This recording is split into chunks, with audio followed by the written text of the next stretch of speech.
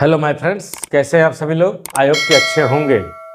जैसा कि ये हमारी यूट्यूब पर BNSS के बारे में जो सीरीज चल रही है उसका आज लेक्चर नंबर 3 है। और आज के सेक्शन में आज की जो सेशन है उसमें हम BNS का चैप्टर शुरू करने वाले हैं और आज हम पहला अध्याय पढ़ाएंगे आपको। उससे पहले फ्रेंड्स, जो कल की हमारी वीडियो थी उसमें हम आपसे कुछ क्वेश्चन करना चाहेंगे। अगर आप प्रश्नों का उत्तर देते हैं तो लगेगा कि आप पढ़ाई कर रहे हैं। ठीक है, मैं प्रश्न लिख देता हूं, आप कमेंट में बताइएगा कि क्या होगा। प्रश्न नंबर 1 है,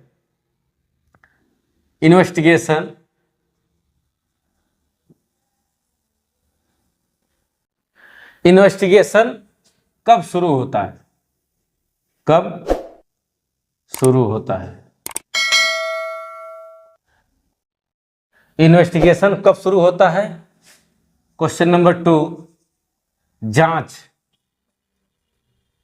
जांच बोले तो इंक्वायरी कब समाप्त होती है?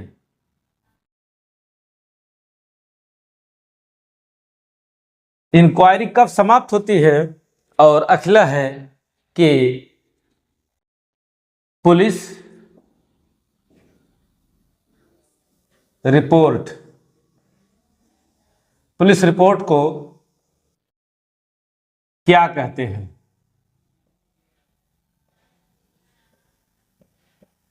इन तीनों प्रश्नों का उत्तर मैं चाहूंगा कि आप कमेंट करके बताएं।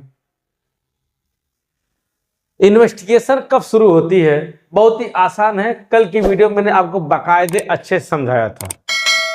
जांच यानी इंक्वायरी कब समाप्त होती है और पुलिस रिपोर्ट को क्या कहते हैं। सिंपल सा क्वेश्चन है, MCQ की तरह। तो आप इन तीनों क्वेश्चनों को जरूर लगाएं।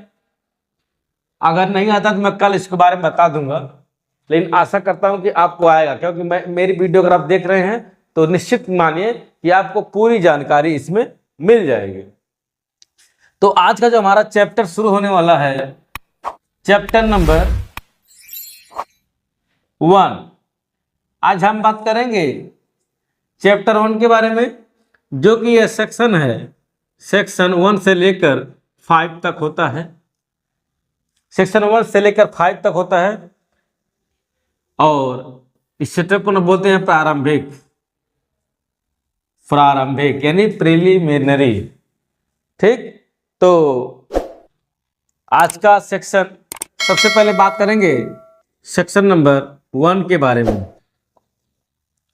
यह बात करता है दोस्तों, सेक्शन 1 किसके बारे में बात करता है? यह बात करता है इसके नाम के बारे में, कि जो संहिता है BNSS नाम क्या है, इसका विस्तार कहां तक होगा, और कब लागू होगा। सेक्शन 1 में यही बात पूछता है कि जो BNSS है यानी भारतीय नागरिक सुरक्षा संहिता, इसका नाम क्या है? तो आपको पता होना चाहिए, भारतीय नागरिक सुरक्षा संहिता 2023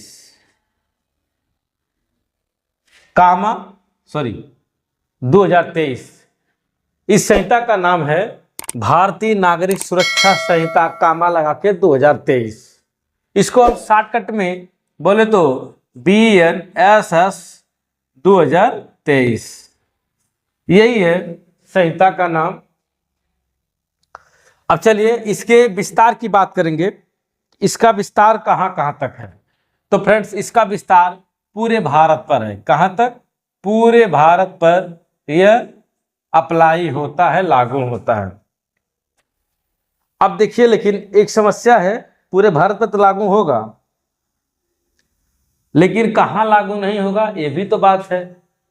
तो देखिए, असम के जैसे कुछ जनजाति क्षेत्र, कुछ जनजाति जनजातीय क्षेत्र हैं और नागालैंड नागालैंड नागालैंड और इसके जनजातीय क्षेत्र पर लागू नहीं होता है। कौन कौन सा चैप्टर? पूरी किताब, पूरा बीएनएसएस लागू होता है सिर्फ तीन चैप्टर को छोड़ करके। वो कौन कौन से 3 चैप्टर हैं? देखिए, पूरे भारत पर बीएनएसएस लागू होता है सिवाय कुछ जनजातीय क्षेत्र और नागालैंड के क्षेत्र को छोड़कर।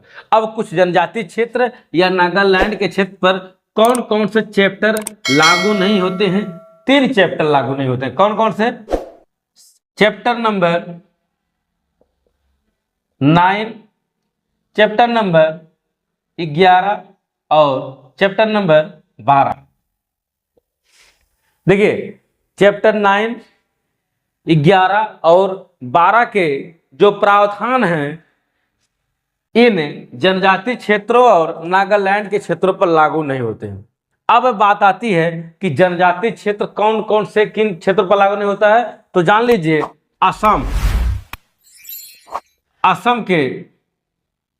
असम के जो जनजातीय क्षेत्र हैं वह हैं 21 जनवरी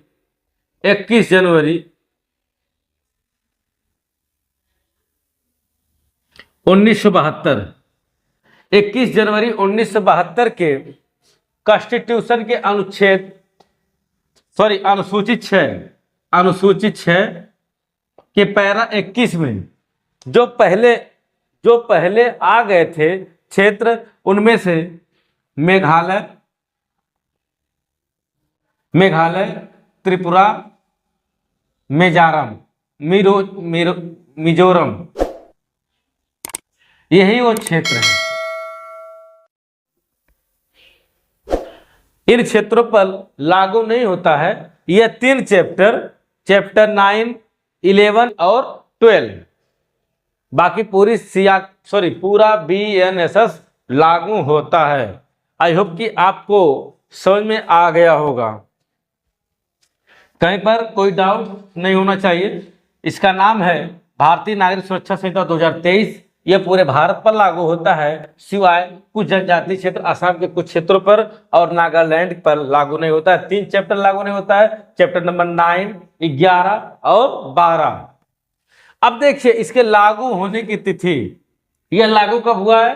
तो सबको पता है कि 1 जुलाई 2024 को पूरे भारत में लागू हुआ। ये चीज सबको याद है। तो आई होप कि सेक्शन नंबर 1 आपको आसानी से याद हो गया होगा।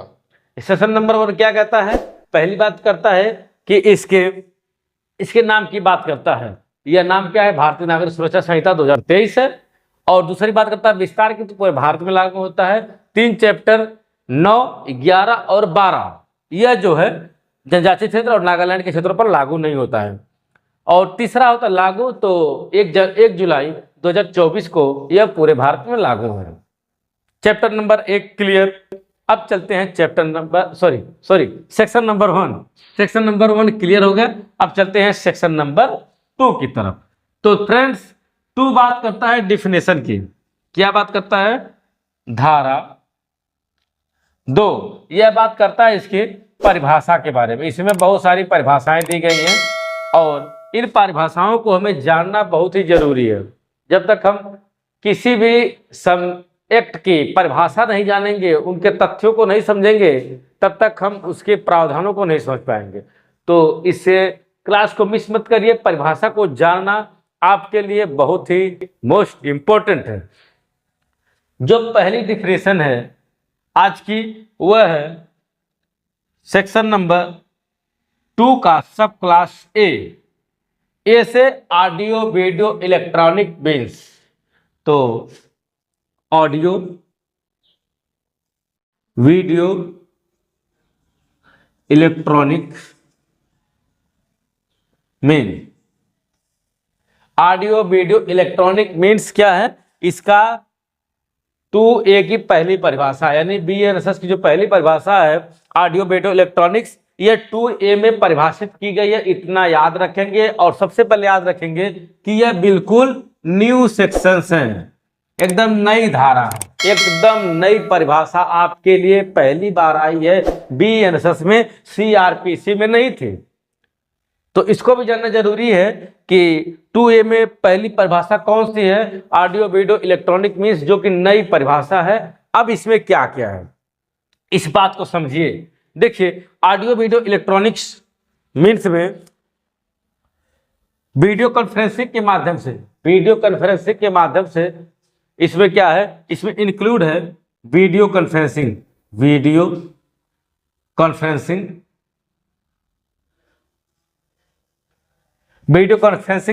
इंक्लूड है पहचान है कि जो आदेशिकाएं हैं, आदेशिकाएं को अभिलिखित करना,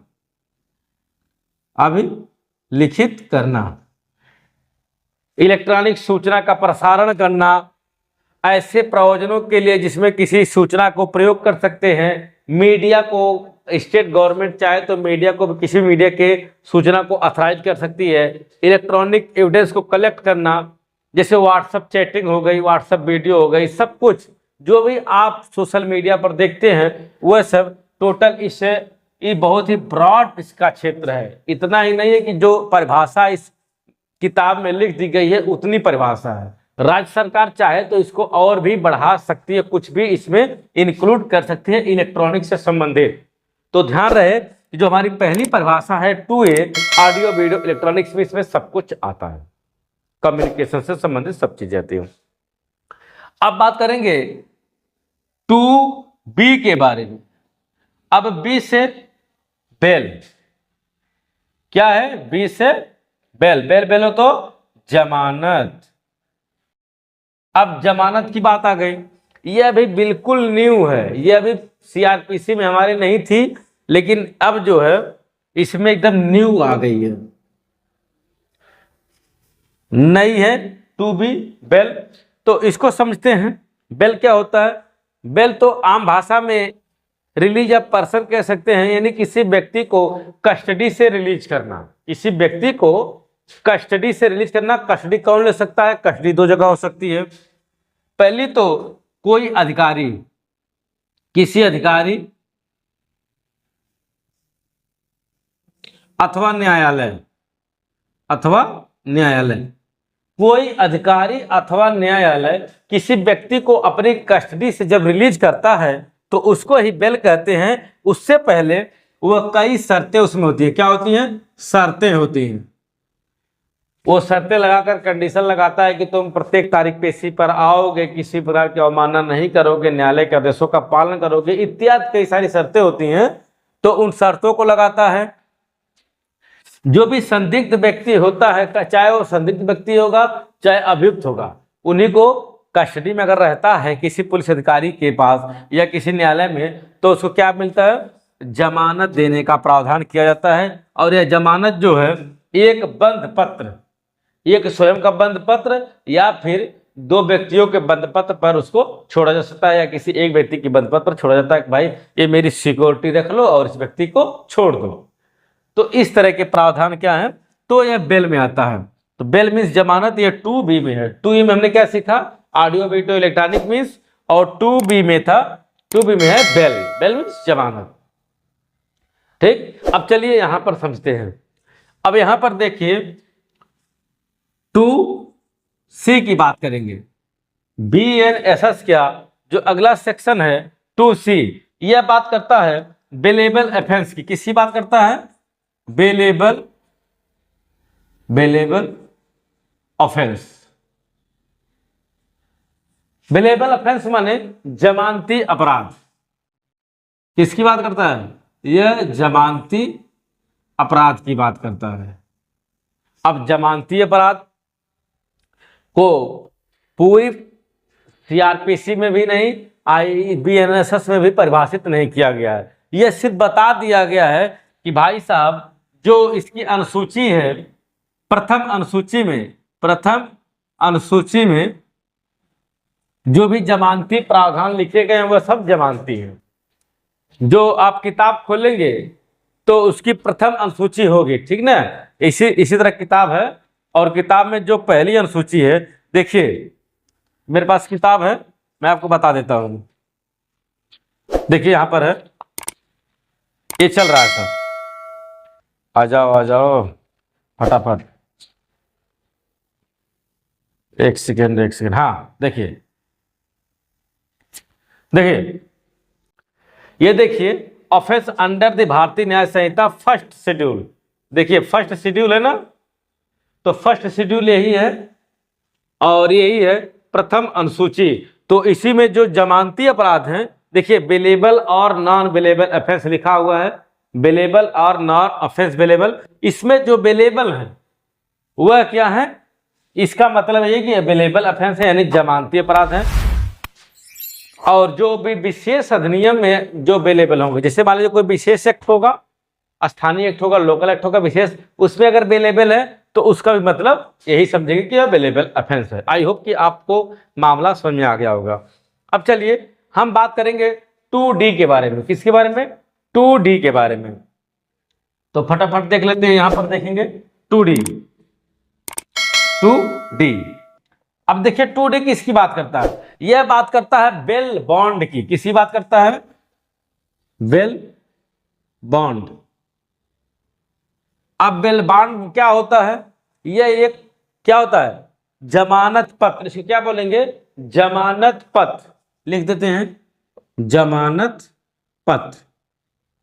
बेल बॉन्ड का मतलब होता है जमानत पत्र। देखिए आपने यहां पर जमानत करवाया, जो कि जमानती अपराध थे। बात समझिए, पहले तो ऑडियो वीडियो इलेक्ट्रॉनिक्स में 2A में है, और 2B में है बेल जमानत, 2C में है बेलेबल ऑफेंस, और 2D में है बेल बॉन्ड। जब जमानत हो गई जमानती अपराध में तो क्या करेंगे हम? बेल बॉन्ड भरेंगे। बेल बॉन्ड एक ऐसा बॉन्ड होता है जो कि प्रतिभूति के साथ छोड़े जाने के लिए एक वचन पत्र होता है। क्या होता है? ये वचन पत्र होता है, और उसी वचन पत्र के आधार पर उस अभियुक्त को छोड़ा जाता है। तो आई होप कि आप 2D को भी समझ गए होंगे। अब चलिए अगली परिभाषा की बात करेंगे, बॉन्ड।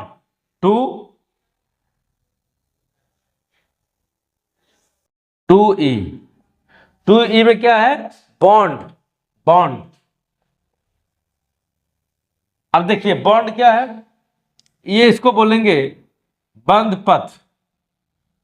बॉन्ड 2E में क्या है? बॉन्ड में बोलेंगे बंध पत्र। ऐसा बंध मतलब कि कभी कभी क्या होता है, इसको कोई कोर्ट है कि चले भाई मैं तुम्हें पर्सनल बॉन्ड, इसको बोलेंगे पर्सनल बॉन्ड, इसी के माध्यम से मैं तुमको छोड़ता हूं। यानी कि इसमें दूसरे किसी जमानतदार को नहीं लगाना पड़ता है। वो व्यक्ति स्वयं कोई प्रतिभूत करता है कि मैं 20,000 रुपये मुचलके पर मुझको रिहा किया जाता है, अंडरटेकिंग कर देता है। तो इस तरह के मामले को क्या करेंगे? बॉन्ड मतलब पर्सनल बॉन्ड, खुद की। और बेल बॉन्ड में किसी अन्य व्यक्ति द्वारा दिया गया बेल बॉन्ड होता है, और पर्सनल इस बॉन्ड को खुद का बॉन्ड होता है, पर्सनल बॉन्ड होता है। आई होप कि आप इसको भी मामले को समझ गए होंगे। अब देखिए अगली जो परिभाषा है 2F। 2F बात करते हैं चार्ज की। चार्ज मीन्स आरोप। अब 2F एक बहुत ही मजेदार सेक्शन है आरोप के बारे में। तो आरोप के लिए पूरा मैं आप अच्छे समझाने का प्रयास करूंगा, क्योंकि इसके लिए पूरी स्लाइड चाहिए। तो फिलहाल एक बार हम लोग जो आज पढ़े हैं, हमने आज क्या क्या पढ़ा है, इसको हम बता देते हैं दोबारा, और 2F के बारे में हम नेक्स्ट वीडियो में आपको बताएंगे। चलिए देखते हैं। पहली बात तो ये, आप इन क्वेश्चनों को लगाइए। इन्वेस्टिगेशन कब शुरू होता है, जांच इंक्वायरी कब समाप्त होती है, और पुलिस रिपोर्ट को क्या कहते हैं। तो मैं आपको बता देता हूं कि आप कल कमेंट करके बताइए, उसके बाद मैं इसका उत्तर बता दूंगा। बेनसस देखिए सेक्शन 1 में हमने बात किया इसके लागू होने के तिथि के बारे में। लागू कब होगा? तो लागू दोस्तों 1 जुलाई 2024 को लागू हो गया। इसका विस्तार क्या है? पूरे भारत में विस्तार है। नाम भारतीय नागरिक सुरक्षा संहिता 2023 है। अब इसकी परिभाषा 2 में है। 2A में ऑडियो वीडियो इलेक्ट्रॉनिक्स मीन्स है। 2B में बेल है। बेल मीन्स जमानत, जो कि नई धारा है। अब 2E में बॉन्ड को पढ़े हैं, बंधपत्र को, 2F में चार्ज है, 2D में बेल बॉन्ड है और 2C में बेलेबल एफेंस। तो सारी परिभाषाएं आपको याद होनी चाहिए, जबानी याद होनी चाहिए। आज की वीडियो में फिलहाल इतना ही, मिलेंगे किसी नेक्स्ट वीडियो में। तब तक के लिए अगर चैनल पर पहली बार है, चैनल को सब्सक्राइब करिए, वीडियो को लाइक करिए, क्योंकि जो भी मेरा कंटेंट होता है आपको फ्री दिया जाता है, इसका कोई चार्ज नहीं है। तो कम से कम कमेंट करके जाइए, जो भी समझ में नहीं आता पूछिए कि हमको एक चीज समझ में नहीं आया है, फिर से बताइए, तो मैं उस चीज को फिर से बताऊंगा। ऐसा नहीं कि फिर भाग जाऊंगा, आपके लिए आया हूं और आपको पूरी चीजें बताकर ही यहां से जाऊंगा। किसी भी तरह के अन्य टॉपिक के बारे में जानकारी चाहिए तो कमेंट करिए, मैं उस टॉपिक के बारे में वीडियो ला दूंगा। किसी लोकल एक्ट के बारे में जानकारी चाहिए तो मैं आपको लोकल एक्ट की जानकारी दे दूंगा, लेकिन कहूँ पूछिए तो सही। चलिए फ्रेंड्स, मिलते हैं किसी नेक्स्ट वीडियो में, तब तक के लिए नमस्कार, जय हिंद।